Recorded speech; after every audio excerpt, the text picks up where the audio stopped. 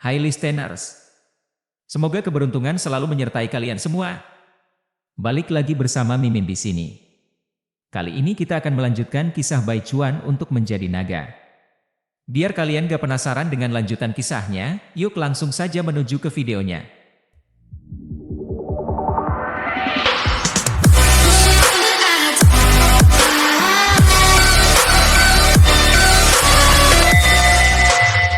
Bab 99, Kecenderungan Umum Mendekat, Naga di Lautan Dalam. Bai Chuan menyadari bahwa dia telah mencapai puncak kemampuannya saat ini. Tanpa kekuatan luar biasa, seperti yang dimiliki oleh binatang aneh, kemajuan lebih lanjut tampaknya tidak mungkin dalam jangka pendek.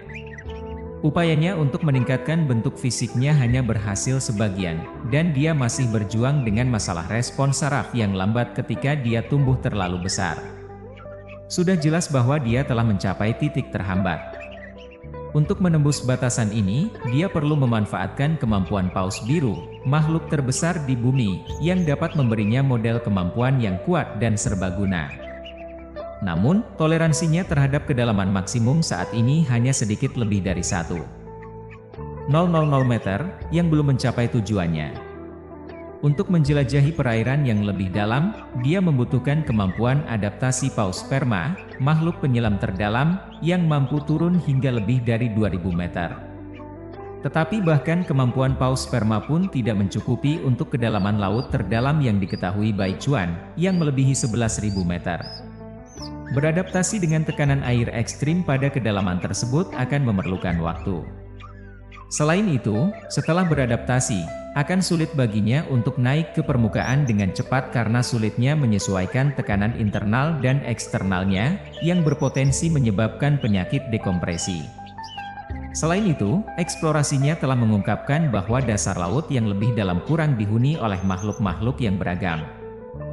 Bai Chuan juga merasa ketidaknyamanan di area-area dalam yang begitu gelap, meskipun organ sensorinya memberinya penglihatan yang jelas. Pilihan-pilihannya semakin menyempit.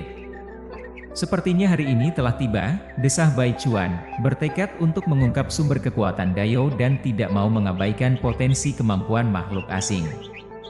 Pertumbuhan pesatnya baru-baru ini telah menunjukkan daya tarik dan bahaya kekuatan, dan dia tidak lagi dapat mentolerir kemajuan yang lambat. Dia bukan lagi ular lemah yang dulu dia miliki, dan membalikkan arahnya saat ini akan sulit. Sementara itu, dalam tahun yang sama, seekor naga muncul di daratan barat laut, dengan semangat memuncak saat ia menuju timur laut. Secara bersamaan, seorang pria tua berambut putih dan 4 mata turun dari langit, menuju timur laut, arah tentara pemberontak. Roda sejarah pun bergerak. Di pagi hari, suara burung camar mengisi udara saat John terbangun di atas papan yang goyah. Ini adalah hari ke-6-nya di laut, namun dia masih kesulitan beradaptasi dengan kehidupan baru ini. Dia telah menjadi budak di kapal bajak laut, sebuah nasib yang dia sesali karena dengan buta-buta mengikuti rayuan kekayaan ketika dia bergabung dengan karavan yang malang. Sekarang, malapetaka karavan telah membawanya ke kapal bajak laut ini. Mereka yang tidak menyerah tewas, dan mereka yang selamat telah menjadi budak. John merenungkan pilihannya dan, dengan hati yang berat, menarik tubuh lelahnya ke dek untuk membantu membersihkan. Pekerjaan ini adalah yang membuatnya tetap hidup. Kapten bajak laut menghargai kecerdasannya dan telah menugaskannya untuk membersihkan sampah dan puing-puing kapal sebagai imbalan untuk kelangsungan hidupnya. Ketika John bekerja keras, waktu berlalu dengan lambat. Tiba-tiba, laut yang tenang berubah menjadi pusaran badai yang ganas. Awan gelap berkumpul di atas kepala, melemparkan bayangan yang menakutkan. Kilat menyinari langit. Dan hujan deras mulai turun. Ombak yang sebelumnya tenang kini bergelora dengan intensitas besar, menghantam kapal bajak laut dan membuatnya terguncang dengan berbahaya. Badai telah tiba. Sehelai hujan yang sejuk jatuh di wajah John, sentuhannya yang dingin membuatnya terkejut dari lamunannya. Sampai saat itu, ia telah tenggelam dalam pemikirannya sendiri, tak menyadari dunia di sekitarnya. Namun, ketika tetesan air dingin mengenainya, tiba-tiba ia sadar akan langit yang mulai gelap. Langit yang menghitam bergemuruh dengan petir, diikuti oleh kilatan cahaya yang menerangi laut di bawah. Kemudian, langit terbuka, dan hujan deras mulai membasahi segala sesuatu. Dunia berubah kabur seolah dilapisi oleh lapisan gausa. Laut yang semula tenang kini bergelora dengan ombak yang ganas, membuat perahu bergoyang-goyang dengan keras. Di tengah kekacauan itu, John merasa ia mendengar suara menakutkan yang jauh terdengar dari kedalaman laut. Suara itu kuno dan misterius, seperti suara makhluk mitos. Pada saat itu, pikiran John teringat kepada cerita yang ia dengar dari pelaut-pelaut di dermaga kampung halamannya. Ia menyadari bahwa jeritan aneh yang ia dengar hanya bisa berasal dari satu makhluk, yaitu para elf laut dalam, yaitu paus. Tanpa keraguan, ia telah mengalami penghuni samudra yang paling misterius dalam perjalanan lautnya yang pertama. John tak bisa tidak bertanya-tanya apakah keberuntungannya baik atau buruk. Ia melirik sekeliling dan menyadari bahwa saat itu tidak ada yang lain di perahu yang memperhatikannya. Memanfaatkan kesempatan ini, ia diam-diam bangkit, membungkuk rendah, dan bergerak ke tepi perahu, memandang ke arah laut yang gelap.